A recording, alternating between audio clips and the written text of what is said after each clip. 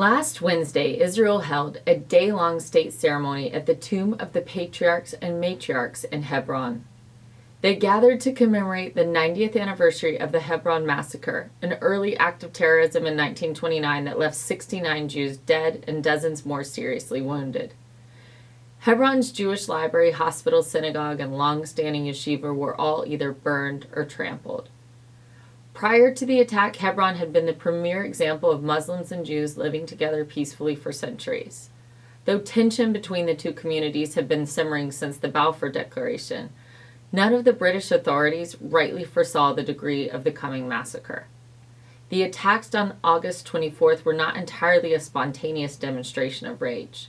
They were planned and executed under the direct orders of the Mufti of Jerusalem.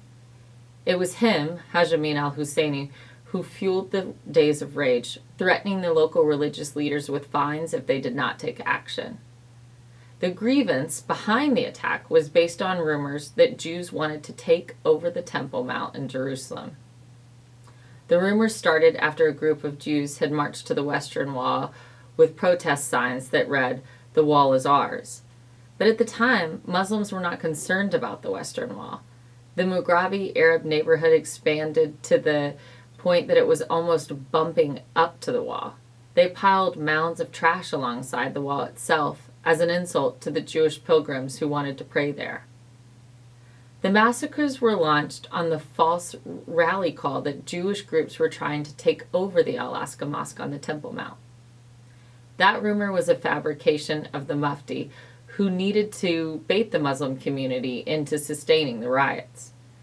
That is a tactic that is constantly resurrected at the convenience of every Arab Palestinian leader. Arafat did it, and it is now part of Abbas's arsenal as well. According to the survivors of the Hebron massacre, a crowd of Arab rioters took to the streets of Hebron, breaking into Jewish homes one by one with axes and knives. Women and children were among the many victims, in some cases raped and mutilated. As one survivor testified, the screams of the victims pierced the heart of the heavens. The Jews who survived were in some cases rescued by British police or hidden by Arab neighbors. In other instances, they were families who held their attackers off long enough or had places to hide. With the land under the British mandate at the time, British authorities expelled Hebron's 700 Jews in an attempt to quell the spreading riots. It took until 1967 for a Jewish presence to be restored in the Holy City. With this terrible event imprinted on the hearts and minds of Israelis of today, the Heffron Ceremony last week was intended to boost and encourage the small Jewish community who's made Hebron their home again despite all odds. According to the Jewish community leadership in Hebron, the ceremony was the first time in Israel's history that the Prime Minister, President, and Speaker of the Knesset were in the ancient city on the same day. For Bible readers, Hebron's importance in Jewish history is obvious. This is the once Hittite city that, according to Genesis 23, Abraham stopped at to bury his wife Sarah. Abraham was an alien in a foreign land and therefore had had no family cemetery plot and no right to purchase land. The details of the account make it seem like the Hittites are overly accommodating. They at first insist that Abraham have a field with a cave for burial. But Abraham is uncomfortable with the idea of borrowing a piece of property for burial. He wants to rightfully own it. Finally, when the Hittites agreed to let him purchase the land, they quote him a very inflated price. Abraham still made the purchase. The transactional details in the text come off as intentional. In fact, each time one of the matriarchs or patriarchs dies in subsequent chapters and is buried, Genesis reinforces the fact that the cave that is in the field of Ephron, the Hittite, was purchased by Abraham. The plot eventually held the tombs of Abraham and Sarah, Isaac and Rebekah, his wife, and Jacob and Leah.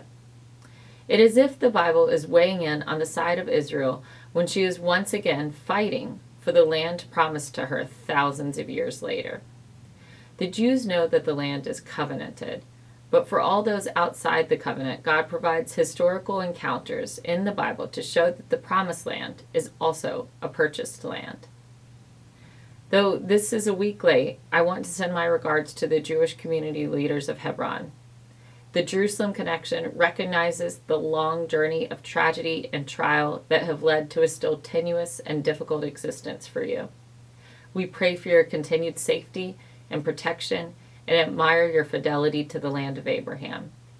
May your community grow and prosper in peace and security. The mothers and fathers of monotheism have paved the way for both your faith and our own. May their memory and example continue to be a blessing. Shabbat Shalom.